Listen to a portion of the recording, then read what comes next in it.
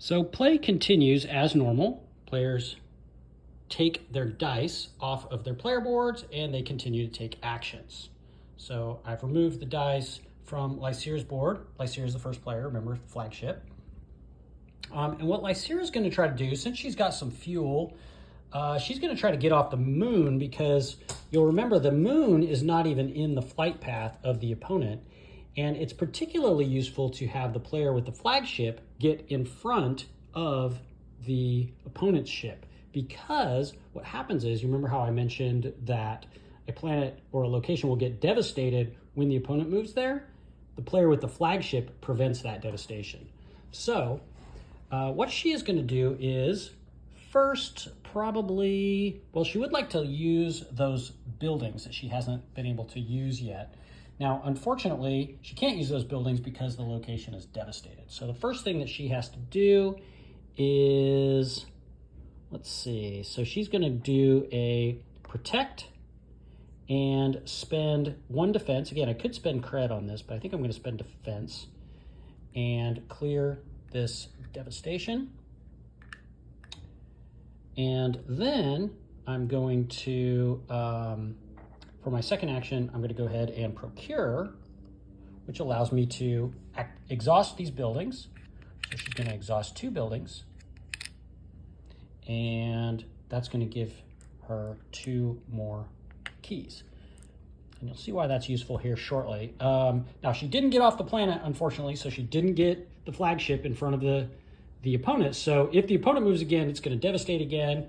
So again, she's kind of doing some setup, so it's kind of a trade-off sometimes, you know, trying to be efficient, but also trying to do things in a timely manner. So she didn't get too much done that time. Those are fairly inefficient turns, but sometimes that happens. You know, you just have to take some efficient turns to set up for some bigger turns. So that's all she gets to do right now. For this turn, for the Admiral here, she doesn't have too much left. Let's see.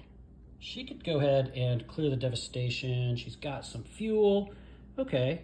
Doesn't really matter where she is because she doesn't have the flagship, so she's not going to stop the devastation from the opponent.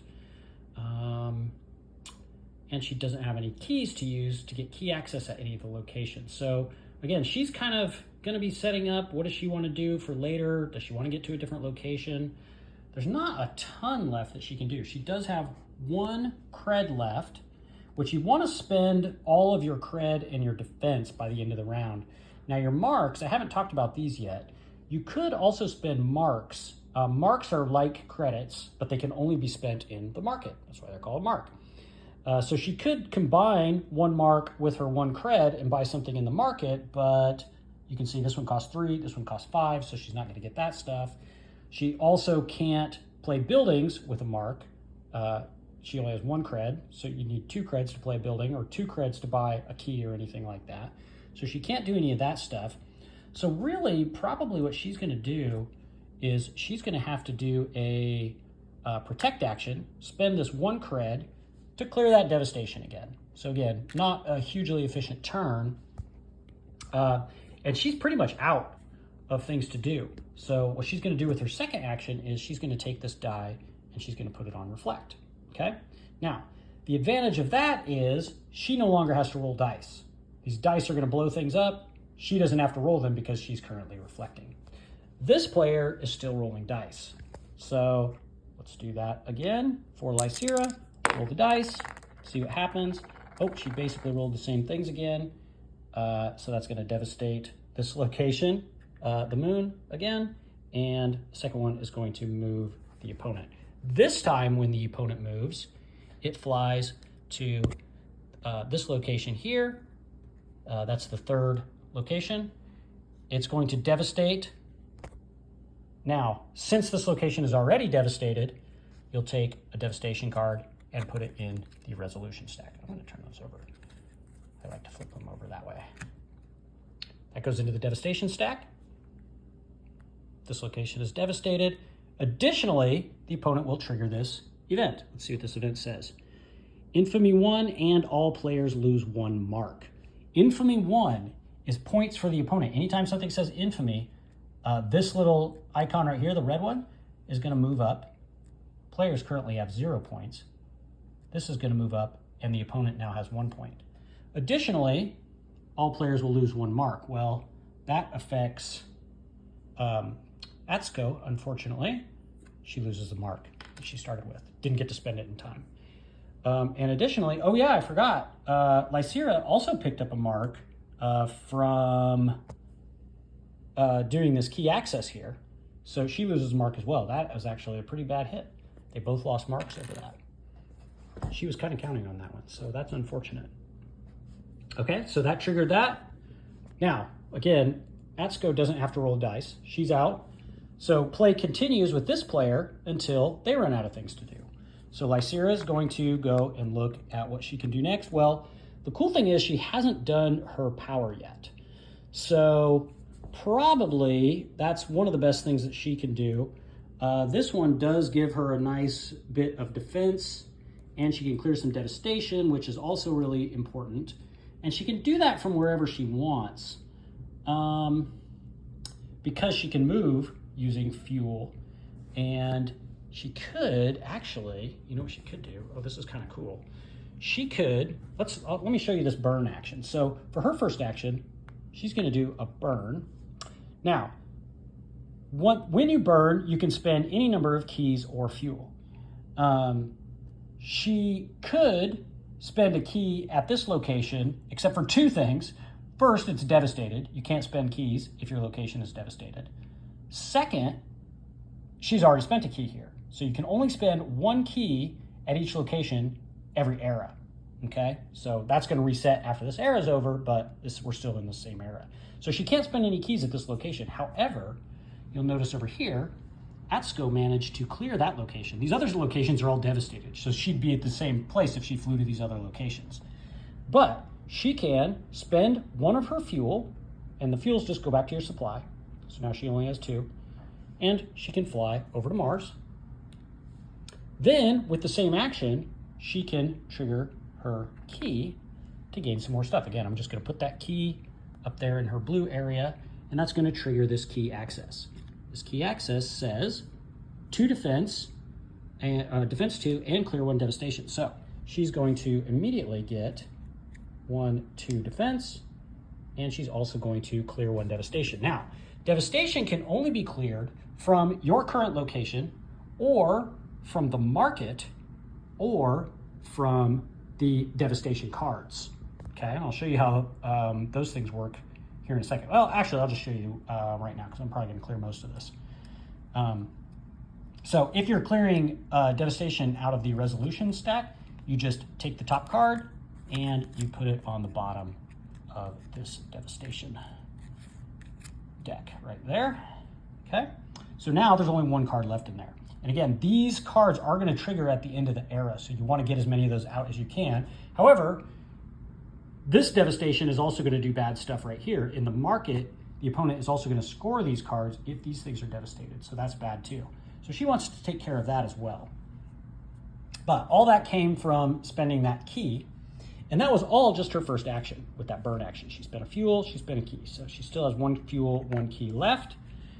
That was that burn action. So the next thing that she's going to do is she's probably going to need to, actually, you know what she really needs to do? While she's still in this burn action, she hasn't done any other actions. Now, so here's an example of when you have to completely resolve an action. For instance, if I had another card left, which actually she does have another card left, she couldn't play a card in the middle of doing this action. She has to completely finish the action before she wants to do it. And since there is no event at this location, she wants to, again, kind of think about staying ahead of the opponent. So she's actually going to continue her burn action, spending this last fuel that she has and moving over to Earth. Now, why did she choose Earth? Well, look at the flight path. The next place the opponent's going to go is going to be Earth. So she's preventing the opponent from devastating this planet already more than it is. So she's staying ahead of that. Now, for her second action, she actually moved to a location that has an active event. So she can use her second action to protect, spending 2 defense to overcome this event. Now, this event's a little bit different. You can see when you overcome this event, I actually did. I forgot something earlier. When you overcome events, you get a couple of things. So whatever it says right here, you get, so this one gives you 1 point or 1 influence. So you move your green marker up. And this also gives you 1 mark. So Lycera also gains a mark. Now, that's what I forgot earlier. You remember the Admiral took out this event earlier, and notice how it gives you 0 influence, but it gives you 2 marks. So she should actually have 2 extra marks right now. That may have changed what she would have done on her turn, but I'm just going to go ahead and give those to her now. So it is advantageous to take these events out. Remember, they just go into the score pile once you get them. It's advantageous for a lot of reasons. Keeping up on the events is pretty important. Now, she's still in the middle of her protect action. Wants to do one more thing. She's going to spend 1 cred to clear this devastation here. Now, that's going to come in handy here in just a second, and I'll show you why. So, she's used both of her actions. Now rolls the dice again. See what happens. Oh, look at that. Sometimes you get really lucky, especially in episode 1. This is the market die. That particular faction is not in this game, so she lucked out on that roll. This is the gray location, and that's not in this game either. So she's rolled 2 misses. So she got super lucky. And she still has a few things left that she can do. So you can see some turns, they go a little longer for one player than the other, and that's fine. This player might have a really long turn next era. You never know. Just kind of depends on how you set up your deck and a number of different things. So let's kind of continue taking actions. We're almost done with this first era. So I think I'm going to go ahead and finish it out and show you how the end of the era works here in just a second. All right, so Lycera's setting up for her next turn. She's got her action dice ready. She's got a couple more things that she wants to do. The opponent didn't move here. She's basically out of things, except she hasn't gone into cryo yet. So she hasn't even used her superpower. And she has a key left, and she's at a location that is not devastated. So she took out that devastation in the last round. So this time she's going to do a burn and spend this key at this location. And what that's going to do is give her 3 cred, which is really good. Now she's up to 4 cred, and she has a mark. For her next action, what she's going to do is she's going to actually use the invest action, spending all 5 of these. So that's 4 plus this mark to go ahead and get the Fleet Naval Base. This is a really powerful card. When you buy cards from the market, they go on top of your deck, and additionally, a couple of other things happen. First of all, notice this. This shows you how much influence you get when you buy this. So this says you get 1 influence. So she's going to move the influence marker up. And then additionally, you can see sometimes cards have other things that they give you immediately when they buy it. If there's stuff up here in the top, it happens when you buy it. There's the cost. There's the stuff it does. So this one also gives her 1 defense. So she moves her defense tracker up, takes the Fleet Naval Base, puts it on top of her deck. Okay, now that was her second action. She can't do anything else. Whenever you buy cards, these refresh immediately. So you can see the next card. That one pops up. It's a 4-cost card. She doesn't have any money left. She does have a defense left, and she does still have her cryo power left. So she's going to use that, but she's still rolling dice. So we got to roll the dice again. This time, she rolls a faction that's not in the game, and she rolled Mercury. Mercury will devastate, and we'll put another devastation card in there. Okay? All right, now she takes her dice back, uses her next couple of actions. The first action that she's going to do is lead, and this one is going to allow her to take 3 cryo counters, put them onto her architect, and she's going to use this top one that says Cred 1, and also draw 1. So she's going to draw that card that she just bought right here. this card gives her 1 cred, 1 defense, and allows her to draw another card. So she's got both of those up, draws another card, and that card gives her 1 more cred. So you can go ahead and just add all that stuff up. She's got 3 more cred and 2 defense to go with it. So now she's actually kind of back in business. Additionally, once she resolves that action, she had this other card in her hand. She hasn't played this yet. It was the Heavy Cryogenics. And she can go ahead and thaw 2 of those counters right there. All right, so now she kind of has to decide. Does she want to buy another card? Does she want to try to work on, clearing up some devastation? There's a few different directions that she could go here. Now, the only devastation that she really has access to, well, she has, let's see, she's got 5, she's got 2 defense and 3 cred. She could clear 2 devastation cards and clear both of those devastations with 1 action, just using this protect action. So that would be an option right here. Or she could, for instance, spend $3 to buy this exosuit. She could, there's a bunch of different options that she could do here. I'm thinking what I'm going to have her do is, I'm just going to have her do an invest and spend 2 of these cred. And I'm going to have her get a building here. Whoops, that building's going to go up there. That is a fuel building, and that's going to be crucial, just kind of planning ahead for next turn. She doesn't want to get stuck on Earth. She wants to be able to get back down here and activate these next era. Those will become active again next era, so she can get her keys back. So having some fuel to be able to move around is pretty important. Now, that was her second action. She has to roll the dice one more time, and this will probably be her last time rolling the dice.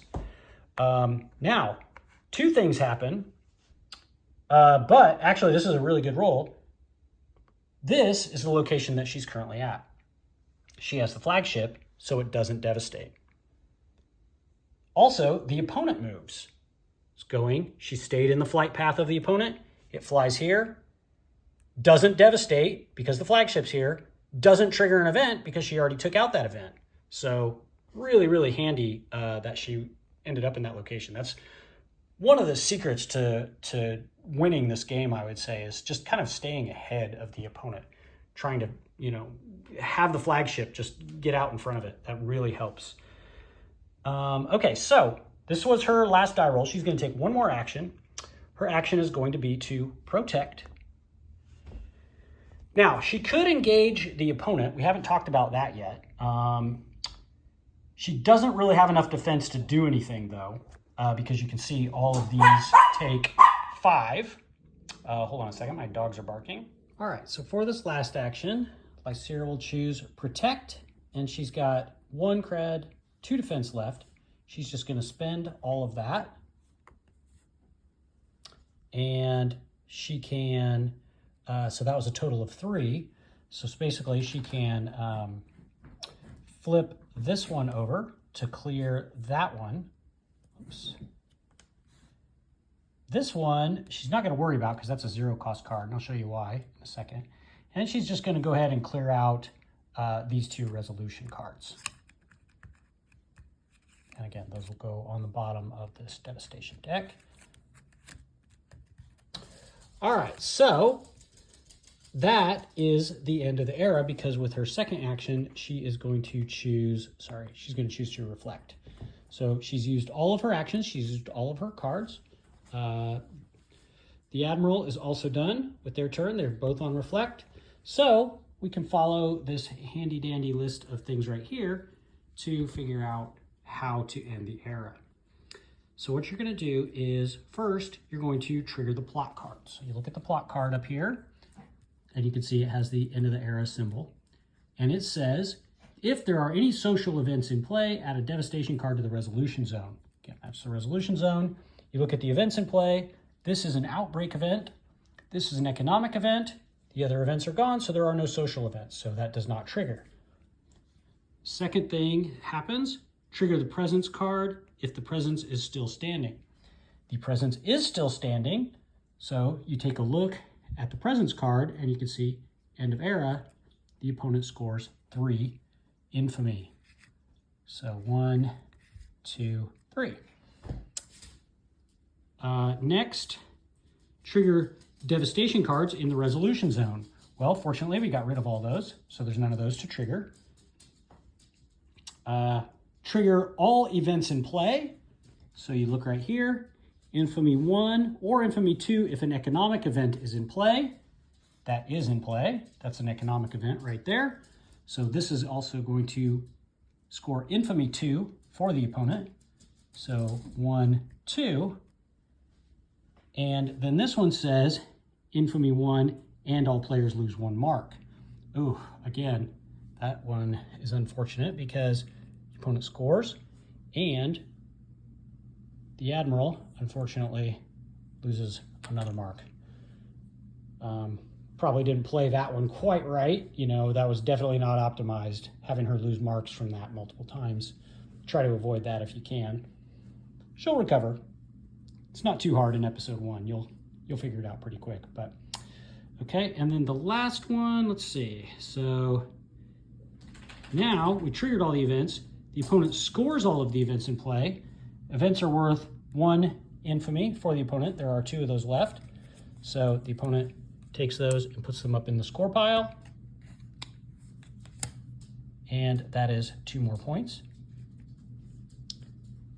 Then the opponent scores the top card of each devastated market. This one is not devastated, which would have scored the opponent 1 point.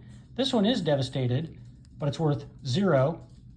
So, and the interesting thing about this is, notice how this is influence. It shows the green icon. But if the opponent scores it, so basically if it comes off this deck and goes into the opponent's pile, it doesn't matter if it's a green or a red symbol right there. The opponent still scores those points.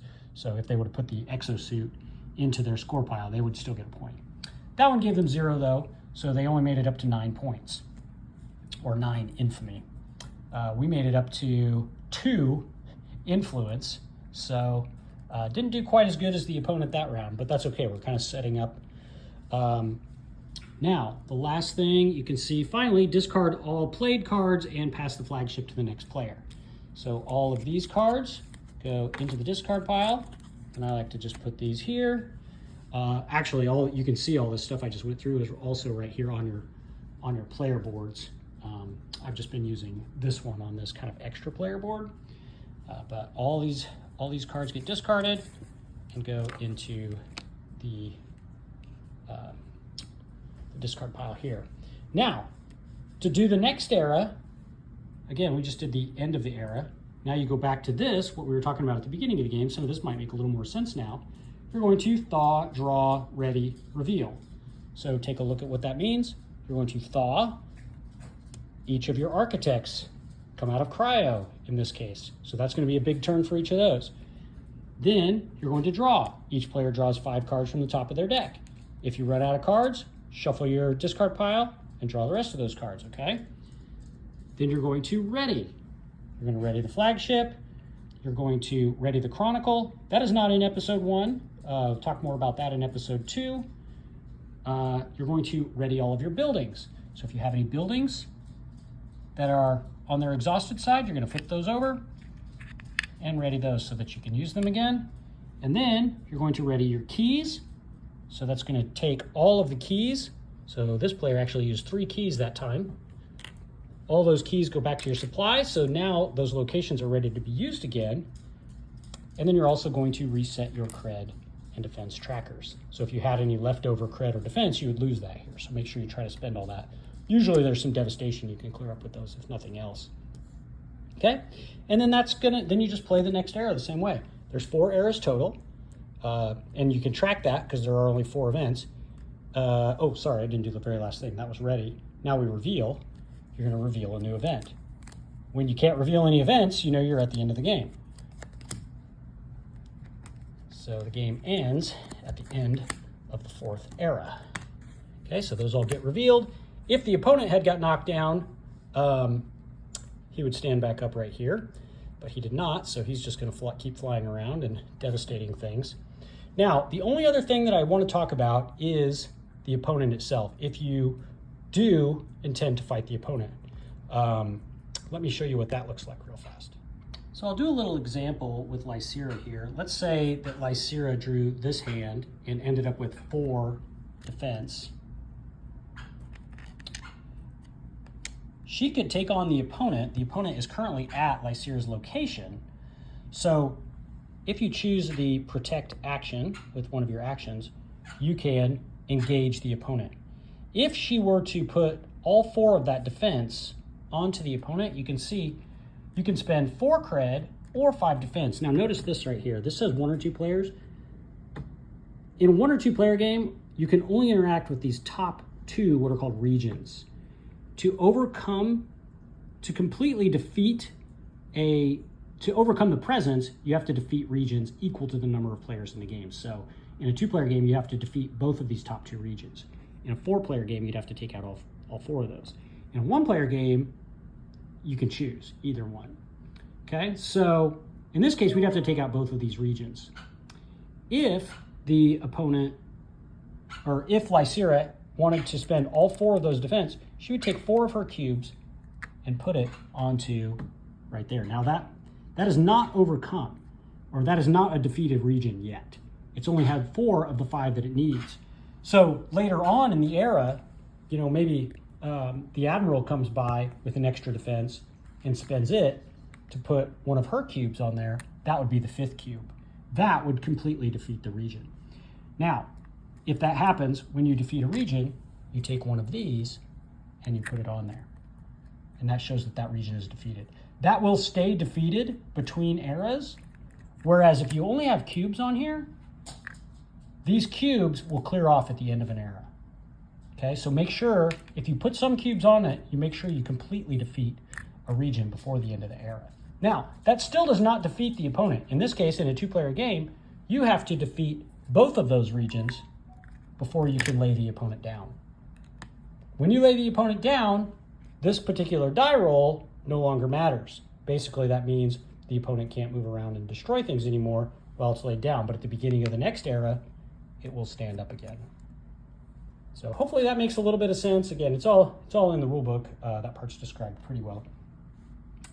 But that is how you overcome the opponent's presence. One thing to note, you lose if the presence is in play at the end of the game. So you do have to defeat the opponent at least once. You have to completely overcome the opponent. Now, there's different strategies for that. You can wait until the last era to take out both of these. You could, maybe early in the game, you take out one region, and then sometime in the last era, you take out the last one. Maybe you knock him down in the first era or the second era. Then what happens is these would actually clear off, and you'd have to completely overcome him again. So there's kind of some different ways that you could do it. You might want to only defeat one region before the last era, and then come in and take out the second region at the end of the game. Just kind of depends. Different scenarios work a little differently. Strategy-wise, it can be pretty good if you take him out early in the game once and then take him out again in the last era, sort of setting up for it. But again, it depends on how many players you're working with and stuff like that as well. And that's it for Helionox Chronicles. Thanks, everyone, for checking this game out, and hopefully that was helpful. Let me know if you have any questions.